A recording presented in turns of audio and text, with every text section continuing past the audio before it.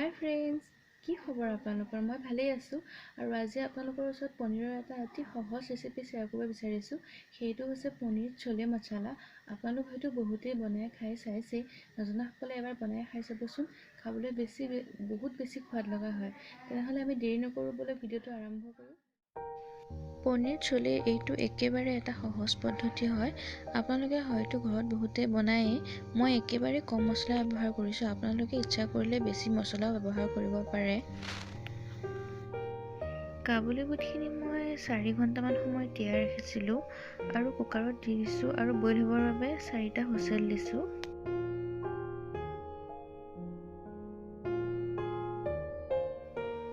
আৰু পনীৰ মই 200 গ্ৰাম লৈছোঁ। আপোনালোকে বেছিকৈও ল'ব পাৰে।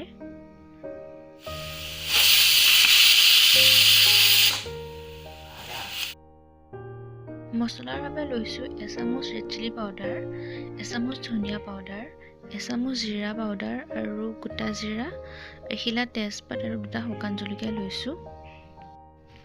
বিলাহী, পিঁয়াজ, আদা, নহৰুৰ এটা পেষ্ট বনাই লৈছোঁ। মই 2টা বিলাহী, 3টা পিঁয়াজ লৈছোঁ। বিলাহী আৰু পিঁয়াজ অলপমান এনেকৈ ৰাখি দিছোঁ। কেৰাহীখন গৰম হোৱাত মই তাত সৰিয়হৰ তেল অলপমান দি দিছোঁ আন্দাজমতে। আপোনালোকে ৰিফাইণ্ড অইলো ব্যৱহাৰ কৰিব পাৰে আৰু শুকান জলকীয়া, তেজপাতখিনি দি দিছোঁ। গোটা জিৰাখিনিও দি দিছোঁ মই আৰু এইখিনি অলপ সময় ফুটিবলৈ দিছোঁ।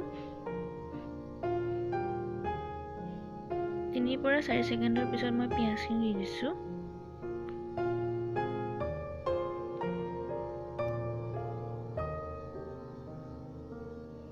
আৰু পিঁয়াজখিনি এনেকৈ অলপ লৰাই দিছোঁ।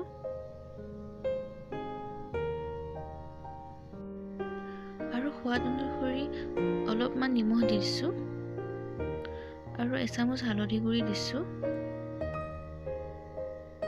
আৰু ৰেডি কৰি থোৱা আটাইখিনি গুড়ি মছলা দি দিছোঁ।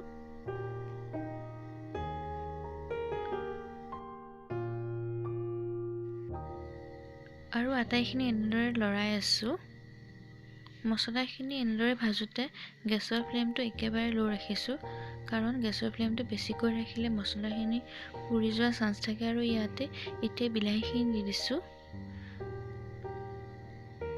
আৰু বিলাহীখিনি গলিবৰ বাবে 3 পৰা 4 মিনিট সময় এনেদৰে কম জুইতে ভাজি আছোঁ। মছলাখিনি 3 পৰা 4 মিনিট সময় ভাজ খোৱাৰ পিছত ইয়াতে মই আদা, নহৰু, বিলাহী, পিঁয়াজৰ পেষ্টখিনি দি দিছোঁ আৰু এই আটাইখিনি মই এনেদৰে ভাজি আছোঁ।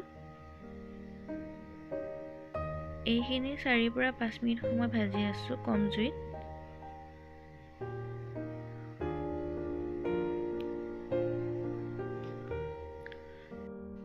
মছলাখিনি 5 মিনিটমান সময় ভজাৰ পিছত যেতিয়া মছলাখিনি তেল এৰি দিছে, ইয়াতে মই বইল কৰি থোৱা কাবুলী বুটখিনি দি দিছোঁ আৰু গোটেইখিনি এনেদৰে লৰাই দিছোঁ। আৰু এতিয়া মই এচামুচ বেচন আৰু ইয়াত অকণমান ঠাণ্ডা পানী দি মিহলাই লৈ এইখিনি মই ইয়াত ব্যৱহাৰ কৰিম। এনেকৈ বেচন দিলে খাবলৈ আৰু বেছি সোৱাদযুক্ত হয়। আপোনালোকে এইটো স্কিপ কৰিবও পাৰে।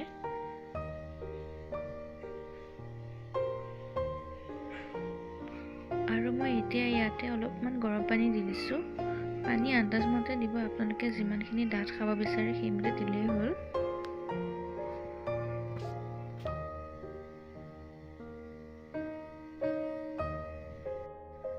আৰু এতিয়া মই ইয়াতে পনীৰখিনি দি দিছোঁ।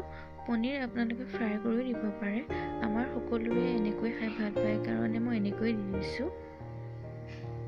আৰু পনীৰখিনি দিয়াৰ পিছত 10 পৰা 15 মিনিট সময় উতলাই আছোঁ। এয়া আমাৰ পনীৰ চলে ৰেডি হৈ গৈছে। কম সময়ত সহজভাৱে আৰু অতি কম মছলা ব্যৱহাৰ কৰি বনোৱা হৈছে। আপোনালোকেও এদিন এনেকৈ বনাই খাবচোন, খাবলৈ খুব বেছি ধুনীয়া হয়।